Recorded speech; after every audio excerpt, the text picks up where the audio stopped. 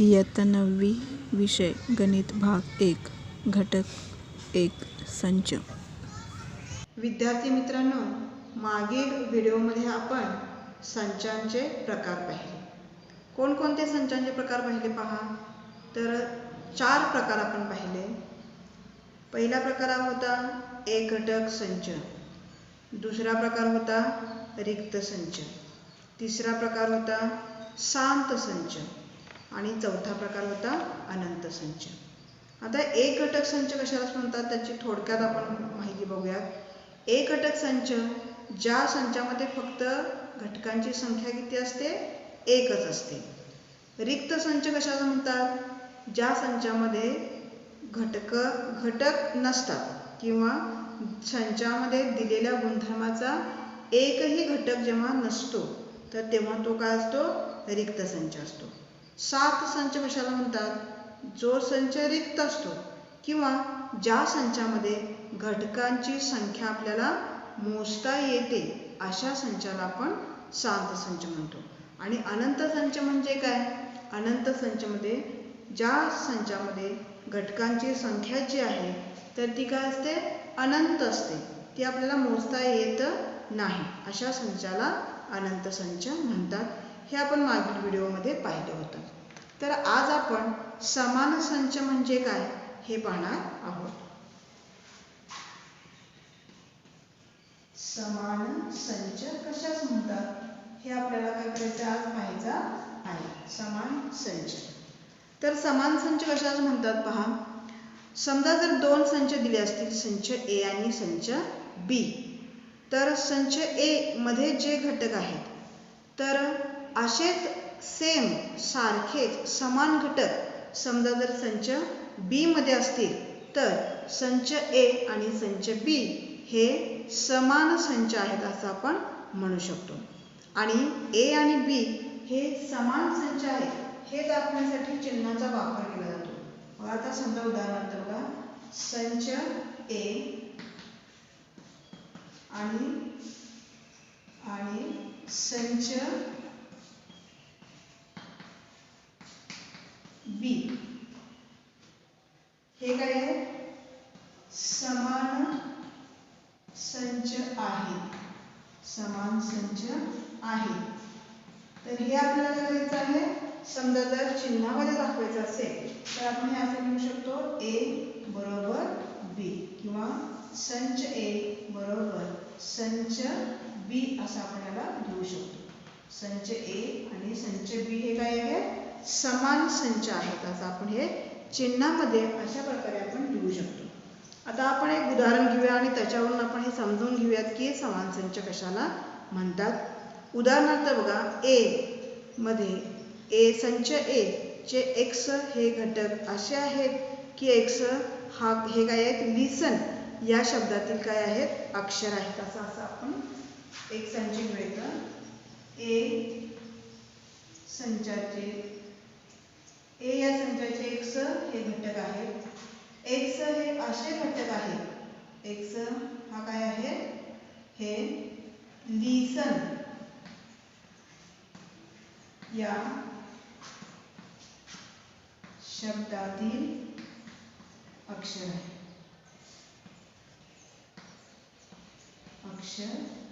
आहे, त्याचबरोबर दुसरा एक शब्द आपण दुसरा एक संच पाहू. बी संच बी चे हे असे घटक आहेत की ते काय आहेत, सायलेंट या शब्दाचे काय आहेत, अक्षर आहेत. असा दुसरा संच आपण पाहूया. बी हा संच बघा, बी या संचाचा वाय हा घटक आहे आणि वाय हे काय आहेत, सायलेंट या शब्दातील काय आहे, या शब्दातील अक्षर आहे.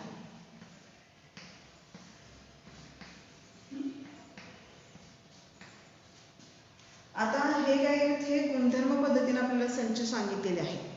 हे समजा जर आपण काय करू, यादी पद्धतीने लिहू तर हे कसं होईल बघा. त्याच्यातले हा संच कसा तयार होईल, यादी पद्धतीनं ए म्हणजे अक्षर तर ही अक्षर कोणती आहेत LIS आहे T E आणि N ही काय होती ही अक्षर तयार होती. हा संच जो आहे हा पण काय गुणधर्म पद्धतीने दिलेला संच आहे. तर तो आपण काय करायचा यादी पद्धतीने लिहूया आणि हा असा तयार होईल पहा. B हा संच काय आहे कशाचा आहे SIL E N आणि T अशी काय तिथं अक्षर आहे. सायलेंट SILENT आणि दुसऱ्यामध्ये STEN ही काय अक्षर आहे. आता हे दोन जर संच तुम्ही त्याचं निरीक्षण केलं तर तुमच्या असं लक्षात येईल की याच्यामध्ये या संच A मध्ये जे काय अक्षर आहे तीच अक्षर कशामध्ये आहेत B या संचामध्ये आहेत. बघा इथं L आहे इथं L आहे इथं I आहे I आहे S आहे S इथं आहे T आहे इथं T आहे त्याच्यानंतर E आहे इथं E आहे N आहे इथं N आहे. म्हणजे जी अक्षरे इथं आहेत तीच काय आहे इथं आहे. फक्त त्याचा काय आहे क्रम बदललेला आहे. तर क्रम आपण लक्षात घेत नाही. आपण काय करतो घटक पाहतो. क्रम इथं महत्वाचा नसतो आणि म्हणून इथं जे घटक A मध्ये आहेत तेच कोणामध्ये आहेत B मध्ये आहेत. म्हणून संच A आणि B याच्यामधला घटकांचा क्रम जो आहे तर तो वेगळा आहे पण घटक काय आहेत तेच आहेत आणि म्हणून A आणि B हे दोन जे संच आहेत हे काय आहेत समान संच आहेत आणि म्हणून आपण काय करू शकतो हे A बरोबर B असं लिहू शकतो आपण. कारण काय आहे कारण आता सांगितलं पहा A संचामध्ये जे घटक आहेत तेच घटक कोणामध्ये आहेत B या संचामध्ये आहेत आणि घटक समान असल्यामुळं हे दोन संच काय होतील समान होणार आहे. क्रम इथं महत्वाचा नाही. क्रम जरी वेगळा असला तरी घटक काय आहेत तेच आहेत म्हणून A आणि B हा काय होणार आहे समान संच होणार आहे. हे झालं एक पहिलं उदाहरण आपण पाहिलं. हे काय होतं पहिलं उदाहरण होतं. अशा प्रकारचं आणखीन एक उदाहरण पाहूया आपण. संच A मधील x हे घटक बरोबर 2n A या संचामधील x हे घटक असे आहेत की x बरोबर काय आहे 2n आणि x काय आहे n काय आहे हा नैसर्गिक संख्याचा घटक आहे. n हा नैसर्गिक संख्याचा काय आहे घटक आहे आणि x ही शून्यापेक्षा मोठी आणि 10च्या बरोबर आणि 10 पेक्षा लहान असणारे काय आहेत संख्या आहेत. अशा प्रकारचा हा गुणधर्म आहे. आता हा पहिल्यांदा संच काय करूया आपण यादी पद्धतीनं लिहूयात. हे काय होतं ते इथं काय दिल्यावर कोणते गुणधर्म दिलेला आहे बघा. x ही संख्या कशी आहे तर ती 2n आहे आणि n हा जो आहे ह्या संख्या ज्या आहेत हे काय नैसर्गिक संख्यांचा काय हा घटक आहे. नैसर्गिक संख्या ज्या आहेत तर त्या 1 2 3 4 5 6 अशा काय होतात त्या सुरू अशा अनंत असतात. आता x आणखीन काय दिला बघा गुणधर्म x ही शून्यपेक्षा मोठी असणारी संख्या आहे आणि ती काय आहे 10च्या बरोबर आणि 10 पेक्षा लहान असणाऱ्या काय त्या संख्या आहेत. आता इथं नैसर्गिक संख्या आपण जर घालत गेलो म्हणजे उदाहरणार्थ पहा इथं आपण सोडून पाहूया. x बरोबर किती 2n नैसर्गिक संख्या काय 1 पासून सुरुवात होतात म्हणजे इथं n बरोबर 1 घातला आपण तर x बरोबर किती होतील 2 होतील म्हणजे पहिली संख्या 2. त्याच्यानंतर 2n बरोबर x बरोबर समजा जर 2 घातला आपण n बरोबर किती घेतला आपण 2 घेतला तर हे काय तयार होईल बघा 2 गुणिले 2 बरोबर 4 म्हणजे 2 4 अशी काय होणार आहे दुप्पट होणार 2च्या पटीतील ह्या काय होणार आहे संख्या होणार आहे. कुठपर्यंत 10 पर्यंत कारण 10 पेक्षा ही काय नाही आहे मोठी संख्या नाही तर 10 पेक्षा काय ह्या लहान संख्या आहेत. 10 बरोबर आणि 10 पेक्षा सगळ्या लहान असणाऱ्या ज्या संख्या आहेत तर त्या काय असणार त्या संचामध्ये. संच कसं तयार होईल पहा a बरोबर 2च्या पटीतील संख्या 2 4 6 8 आणि 10 इथपर्यंत काय होणार आहे हा संच असा तयार होणार आहे. आता याच्यानंतर b हा संच पाहूया. त्याच्यामध्ये काय गुणधर्म आहेत तर ते पाहूया आपण. बी या संचामधील वाय हे घटक असे आहेत की वाय ही समसंख्या आहे आणि ती काय आहे 1 पेक्षा मोठी आणि 10 पेक्षा काय आहे लहान संख्या आहे. तर बी या संचाचा वाय हा घटक असा आहे की वाय हा काय आहे समसंख्या आहे. समसंख्या आहे. वाय काय आहे समसंख्या आहे आणि ती काय आहे 1 पेक्षा मोठी आणि 10च्या बरोबर आणि 10 पेक्षा लहान असणाऱ्या काय आहेत ह्या संख्या आहेत. तर असं काय आहे हा गुणधर्म दिलेला आहे. आता हा संच पण काय करूया आपण यादी पद्धतीने लिहूया. म्हणजे बी बरोबर बी हे काय आहे समसंख्या आहे. आता समसंख्या 1 पेक्षा मोठी असणाऱ्या सगळ्या समसंख्या लिहायच्या इथं आणि 10च्या बरोबर आणि 10 पेक्षा लहान असणाऱ्या समसंख्या. समसंख्या कुठून सुरू होतात 2 पासून.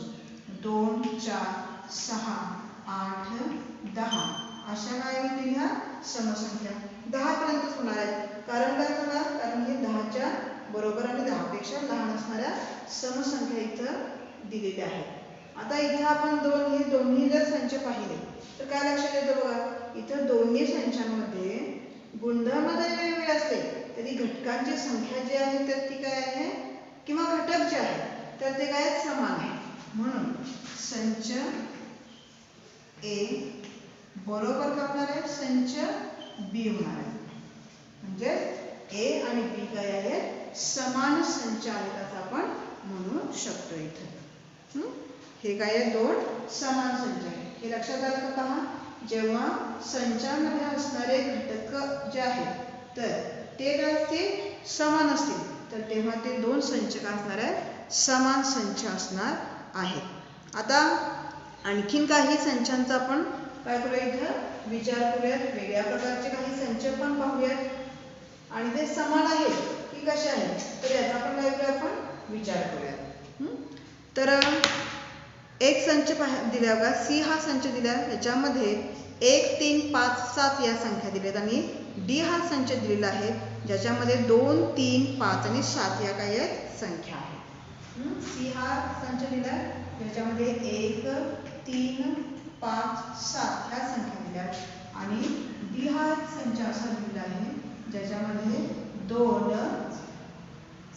3 5 आणि 7 2 3 5 आणि 7 या काय आहेत संख्या आहेत. आता जेव्हा आपण हे 2 संच पाहतो तर तेव्हा बघा सी आणि डी हे 2 संच आपल्याला समान संच आहेत असं म्हणता येईल का पहा इथं असं आपल्याला म्हणता येईल का अर्थातच नाही. का नाही सांगा कारण का आपण काय म्हणू शकतो इथं सी मध्ये 1 ही संख्या जी आहे तर ती काय आहे सी मध्ये आहे पण ती आपल्याला डी मध्ये दिसते का आपल्याला दिसत नाही. म्हणजे 1 हा काय आहे सी चा काय घटक आहे पण 1 काय आहे डी चा घटक नाही. तसंच 2 हा काय आहे डी चा घटक आहे पण 2 हा काय नाही आहे सी चा घटक नाही आणि म्हणून आपल्याला असं म्हणता येईल की सी व डी हे 2 काय आहेत समान संच नाही. मग आता समान संच नाहीत हे जर आपल्याला चिन्हात दाखवायचं असेल तर आपण कसं दाखवणार ते सी बरोबर डी असं म्हणता येणार नाही आपल्याला. सी आणि डी हा समान संच नाही असं आपण काय म्हणणार इथं म्हणणार आहोत. हे सी व डी हे समान संच नाहीत असं आपण हे म्हणू शकतो. याच्यानंतर आणखीन एक उदाहरण पाहूया आपण. हे लक्षात आलं का पहा इथं 1 हा घटक आहे पण इथं हा घटक नाही. इथं 2 आहे पण इथं 2 नाही आहे त्याच्यामुळे काय इथं आपण बघा हे घटक लिहिले आहेत. 1 हा घटक हा सी या संचाचा काय घटक आहे पण डी या संचाचा घटक नाही. तसंच 2 हा डी या संचाचा घटक आहे पण सी या संचाचा घटक नाही. म्हणून संच सी आणि संच डी हे दोन काय आहेत समान संच नाहीत असं आपण इथं म्हणू शकतो. ही जी सर्व उदाहरणं आहेत जी फळ्यावर लिहून दिलेली आहेत तर ती काय करायची आहे तुम्ही वहीमध्ये लिहून काढायची आहेत. आता एक उदाहरण सांगितलं का पुस्तकामध्ये आपल्याला जर ए बरोबर 1 2 3 आणि बी बरोबर 1 2 3 4 असेल तर ए आणि बी हे समान संच नाहीत याचा पडताळा आपल्याला पाहायचा आहे. मी एक उदाहरण पाहूया इथं आपण. कोणतं उदाहरण पहा.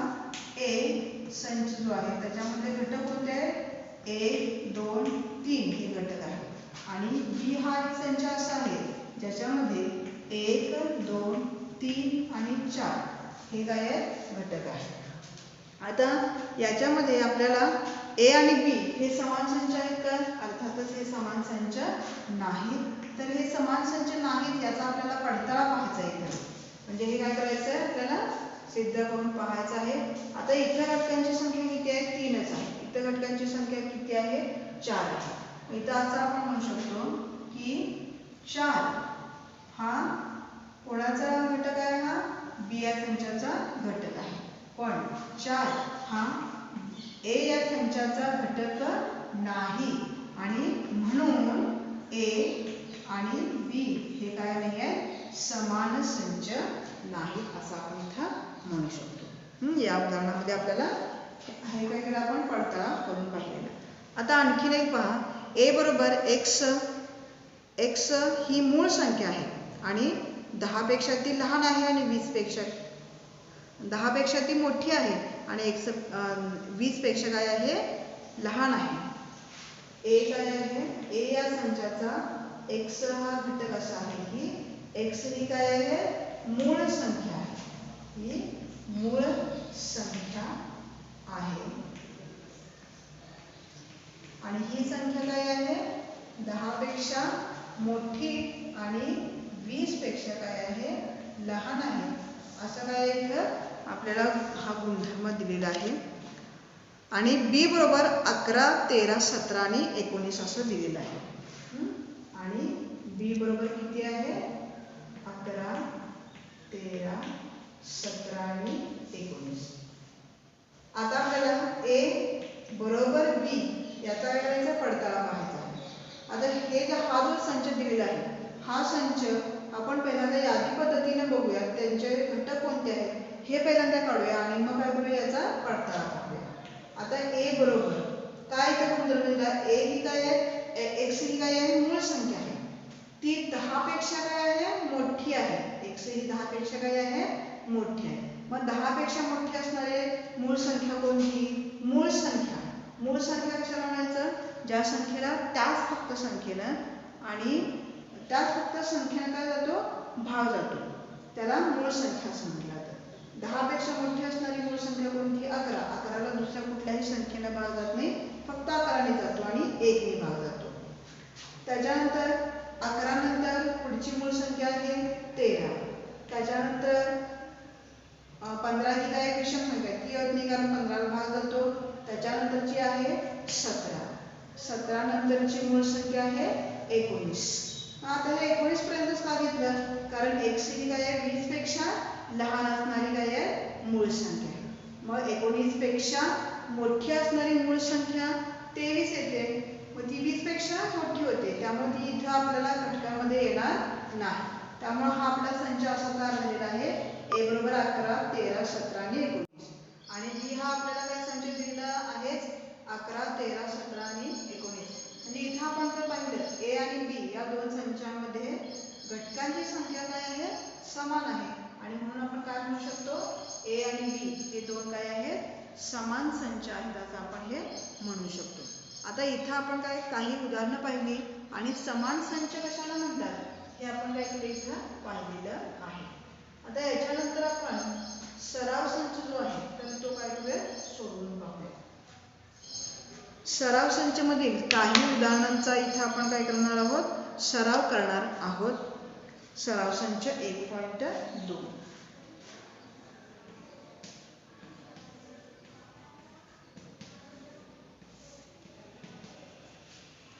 त्यामधील खालीलपैकी कोणते संच समान आहेत व कोणते नाहीत हे सहकारण लिहा. हा असा पहिला प्रश्न आहे. याच्यामध्ये संच ए चे x हे असे घटक आहेत की 3x वजा 1 बरोबर 2. संच ए चे x हे असे घटक आहेत की x बरोबर 3x वजा 1 बरोबर 2 असा काय हा संच आहे. ह्याच्यानंतर बी या संचाचे x असे घटक आहेत की x ही नैसर्गिक संख्या आहे पण x मूळही नाही आणि संयुक्तही नाही. बी बरोबर x ही अशी संख्या आहे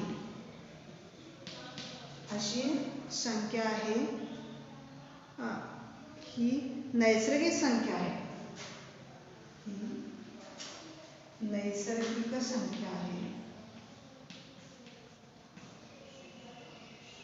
x ही काय आहे नैसर्गिक संख्या आहे पण x मूळही नाही व संयुक्तही नाही. पण x मूळही नाही व संयुक्तही नाही.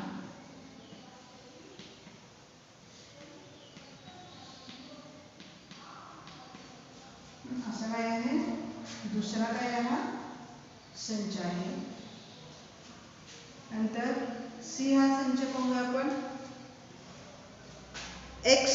सी ह्या संचाचे x असे घटक आहेत की x हा नैसर्गिक संख्यांचा घटक आहे आणि x हा 2 पेक्षा लहान आहे.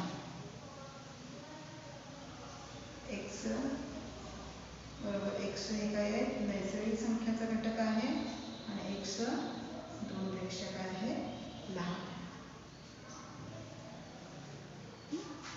आता आपण काय करूयात हे संच जे आहे ते पहिल्यांदा यादी पद्धतीने लिहून पाहूयात.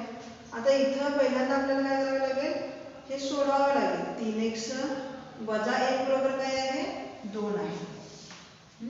इथं आपण पाहूया 3x वजा 1 बरोबर 2 म्हणजे 3x बरोबर करायचं असेल तर 1 काय होईल याचं पक्षांतर होणार आहे. वजा 1 चा अधिक होईल बरोबरच्या उजव्या बाजूला गेल्यानंतर इथं अधिक 1 म्हणून 3x बरोबर किती 3 म्हणून x बरोबर इथं गुणाकार आहे आणि बरोबरच्या उजव्या बाजूला गेल्यानंतर त्याचे भागाकार होतील. 3 एके 3 3 एके 3 आणि म्हणून x बरोबर काय येणार 1 येणार आहे. म्हणजे a हा संच कसा तयार होणार आहे बघा a बरोबर कोणती संख्या येणार आहे इथं 1 येणार आहे. आता इथं बघा इथं x ही काय नैसर्गिक संख्या आहे पण ही मूळही नाही आणि संयुक्त नाही. ही अशी कोणती आहे 1 ही संख्या अशी आहे जी नैसर्गिक आहे पण ती मूळ संख्या नाही आहे आणि संयुक्त संख्या सुद्धा नाही. म्हणून बी काय संच होणार आहे बघा. म्हणून बी हा संच काय होणार आहे त्याच्यामध्ये असणारे घटक कोणते 1 हा एकच का होणार आहे घटक त्याच्यामध्ये पण येणार आहे. याच्यानंतर सी संच काय पहा तर हा नैसर्गिक संख्यांचा काय आहे घटक आहे आणि x काय आहे 2 पेक्षा लहान. मग आता नैसर्गिक संख्या 2 पेक्षा लहान असणारी नैसर्गिक संख्या कोणती तर ती 1 म्हणून सी हा संच काय होणार आहे सी मध्ये 1 असा घटक येणार आहे. आता इथे पहिला ए बी आणि सी हे 3 संच आपले तयार झालेले आहेत. हे 3 संच जे आहेत याच्यामध्ये घटकांची संख्या काय आहे ए बी व सी या संचामध्ये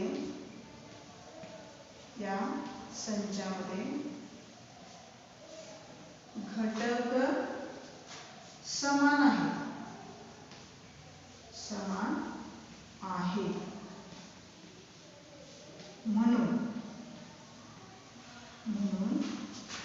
ए बरोबर बी बरोबर सी असं आपण म्हणू शकतो. हे काय केले आपण इथं कारण दिलेलं आहे. ए बरोबर बी बरोबर सी असे हे तयार होणार आहे. हे गणित काय करायचं लिहून घ्यायचं आहे. आता प्रश्न दुसरा पहा ए व बी समान आहेत का हे सहकारण लिहा असं काय केलं प्रश्न दुसरा आहे. ए बरोबर सम असलेल्या मूळ संख्या. ए बरोबर काय आहे? सम असलेल्या मूळ संख्या. सम असलेल्या मूळ संख्या.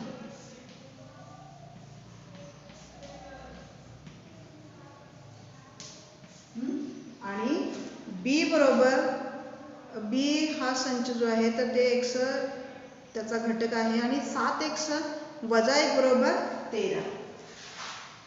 बी बरोबर, बी चा काय x घटक आहे आणि काय ते x बरोबर काय आहे? 7x वजा 1 बरोबर 13 असं काय आहे. पहिल्यांदा ए हा संच आपण लिहूया इथं. ए बरोबर संच. त्याच्यामध्ये सम असलेल्या मूळ संख्या विचारली आहे. मूळ संख्या मी मगाशी पण सांगितलं, मूळ संख्या ज्या संख्येला 1 आणि त्याच संख्येनं फक्त भाग जातो अशा संख्यांना मूळ संख्या म्हणतो. आणि त्या 2, 3, 5, 7 अशा आहेत ह्या मूळ संख्या आहेत. तर इथं मूळ संख्या कोणती? 1च 2 ही काय आहे? सम असणारी मूळ संख्या आहे. त्याच्यानंतर इथं जे दिलेलं आहे ते आपल्याला सोडवायला हवं. काय दिलेलं आहे ते? 7x वजा 1 बरोबर 13. म्हणून 7x बरोबर करायचं असेल तर हे वजा जे आहे ते ऋण हे काय होतील? बरोबरच्या उजव्या बाजूला गेल्यानंतर धन होतील म्हणजे अधिक 1 होणार इथं. 7x बरोबर 14. म्हणून आता x काढायचं असेल तर 7 काय होणार आहे? भागाकार होतील. 7 एके 7, 7 दोन्ही 14 चा भाग जाईल आणि म्हणून x बरोबर किती? 2. म्हणजे हा संच पण कसा तयार झाला बघा. b बरोबर काय होणार आहे? हा संच पण 2 हा एकच घटक त्याच्यामध्ये आहे. आता a आणि b याच्यामध्ये a व b मध्ये घटक समान आहे. समान आहेत. समान आहेत म्हणून a बरोबर b असं आपण इथं लिहू शकतो. हे काय झालं आपलं दुसरं जे उदाहरण आहे तर ते आपण सोडवून पाहिलेलं आहे. पहा, खालीलपैकी कोणते संच रिक्त आहेत? हे काय करायचं आपल्याला? सहकारण लिहायचं आहे. यातला पहिला संच पहा, a बरोबर ए संचयचे ए हे घटक असे आहेत की ए ही शून्यापेक्षा लहान असणारी नैसर्गिक संख्या आहे. ए बरोबर ए ही शून्यापेक्षा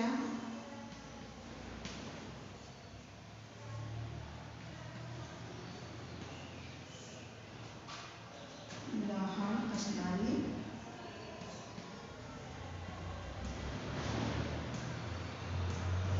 शून्यापेक्षा लहान असणारी नैसर्गिक संख्या आहे.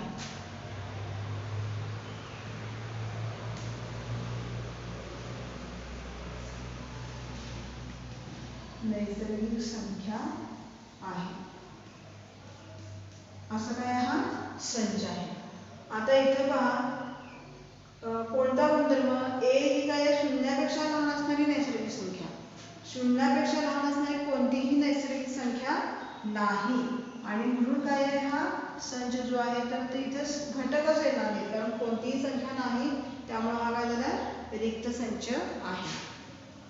आता दुसरा पहा,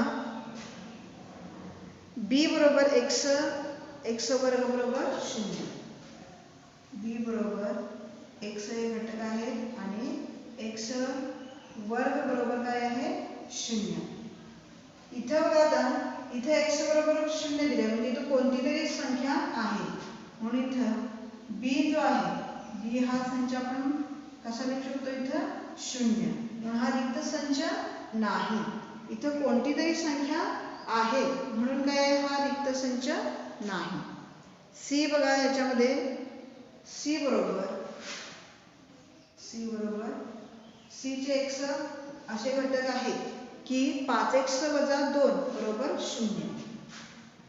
5x वजा 2 बरोबर 0 आणि x हा नैसर्गिक संख्याचा काय आहे? घटक आहे. आता हे आपण सोडवून पाहूयात की 5x वजा 2 बरोबर 0 दिलेला आहे. इथं पाहूया आपण 5x वजा 2 बरोबर 0. म्हणजेच काय 5x बरोबर करायचं असेल तर हे काय होते ऋण ते धन होतील म्हणजे 2 होतील. म्हणून x बरोबर किती गुणाकार आहेत तर ते काय होतील बरोबरच्या उजव्या बाजूला गेल्यानंतर भागाकार होतील म्हणजे 2/5. आता ही जी संख्या आहे तर x काय आहे नैसर्गिक संख्यांचा घटक आहे. पण ही जी संख्या आहे 2/5 ही नैसर्गिक संख्या नाही तर ही कसली आहे परिमेय संख्या आहे आणि म्हणून इथं कोणताही घटक येणार नाही. म्हणजे C हा संच जो आहे तर तो पण काय होणार आहे रिक्त संच असणार आहे. A हा रिक्त संच, B हा काय असणार आहे रिक्त संच नाही आणि C सुद्धा काय आहे रिक्त संच आहे. तर ही काही उदाहरणं पाहिली आपण. तर याच्यामध्ये चौथं जे उदाहरण आहे तर ते काय करायचे तुम्ही स्वतः सोडवून पाहायचं आहे. याच्यामध्ये कोणते संच शांत संच आहेत आणि कोणते अनंत संच आहेत हे काय करायचे सहकरण लिहायचं आहे. तर प्रश्न क्रमांक 4 हा आजचा काय तुम्हाला दिलेला अभ्यास आहे.